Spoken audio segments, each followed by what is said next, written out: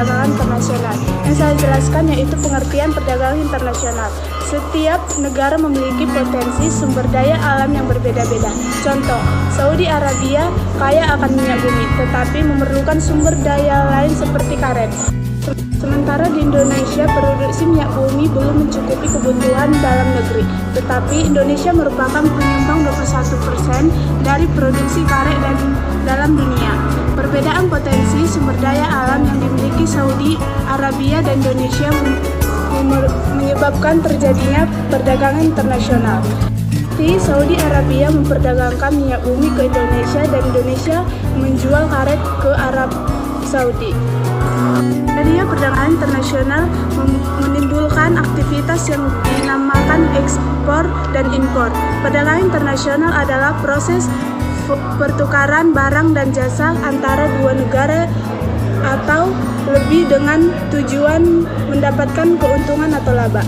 Yang kedua, saya akan menjelaskan tentang faktor-faktor yang mempengaruhi perdagangan internasional.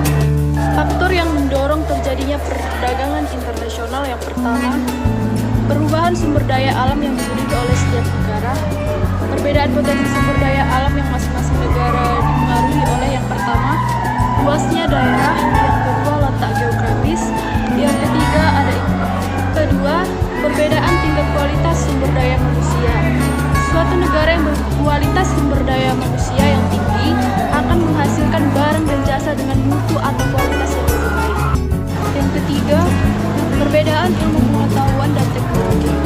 Negara yang menguasai ilmu pengetahuan dan teknologi akan mampu memproduksi barang dan jasa yang lebih banyak, bermutu, dan efisien dibanding dengan negara yang tidak memiliki. Yang keempat, perbedaan budaya suatu bangsa.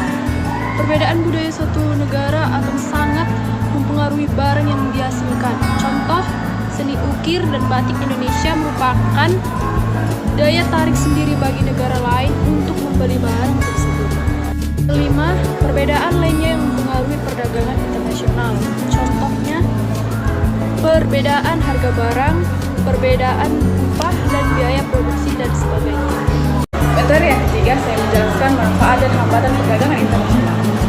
Manfaat perdagangan internasional yang pertama, mempererat hubungan antara negara baik secara bilateral maupun multilateral. Kedua, setiap negara dapat memenuhi kebutuhan barang dan jasa. Yang ketiga, pendapatan negara meningkatkan melalui peroleh devisa hasil ekspor. Yang keempat, dapat memperluas lapangan kerja. Yang kelima, mendorong kegiatan produksi. Yang keenam, mendorong kemajuan ilmu pengetahuan dan teknologi di masing negara. Yang pertama adalah harga barang di luar negeri yang lebih murah dari harga barang di dalam negeri. Dua, biaya masuk akan lebih tinggi. Tiga, adanya potensi. Potensi adalah kebijakan untuk melindungi suatu produksi. Keempat adalah kuota. Kuota merupakan kebijakan untuk membatasi jumlah ekspor dan impor barang dari suatu negara. Seperti materi selanjutnya yaitu lingkungan. Lingkungan adalah semua hal yang berada di sekitar kehidupan manusia yang keberadaannya secara maupun tidak langsung sangat mempengaruhi terhadap kelangsungan hidup manusia serta makhluk hidup lain. Atau bisa juga didefinisikan sebagai sumber daya yang keberadaannya ikut serta dalam menjaga kelangsungan hidup makhluk hidup di sekitarnya, baik itu manusia maupun makhluk hidup lainnya. Sekarang saya menjelaskan jenis lingkungan. Yang pertama, unsur hayati atau biotik. Unsur-unsur lingkungan hidup yang terdiri dari segala jenis makhluk hidup, mulai dari manusia, hewan, tumbuhan, maupun organisme atau jasa benik lainnya. Yang kedua, unsur fisik atau abiotik. Segala unsur lingkungan yang terdiri dari benda-benda mati seperti air, udara, tanah, batu, dan lain sebagainya. Yang ketiga, unsur sosial budaya. Unsur lingkungan yang diciptakan manusia, yang di dalamnya terdapat nilai, gagasan, norma, keyakinan, serta perilaku manusia sebagai makhluk sosial atau makhluk yang tidak dapat hidup sendiri.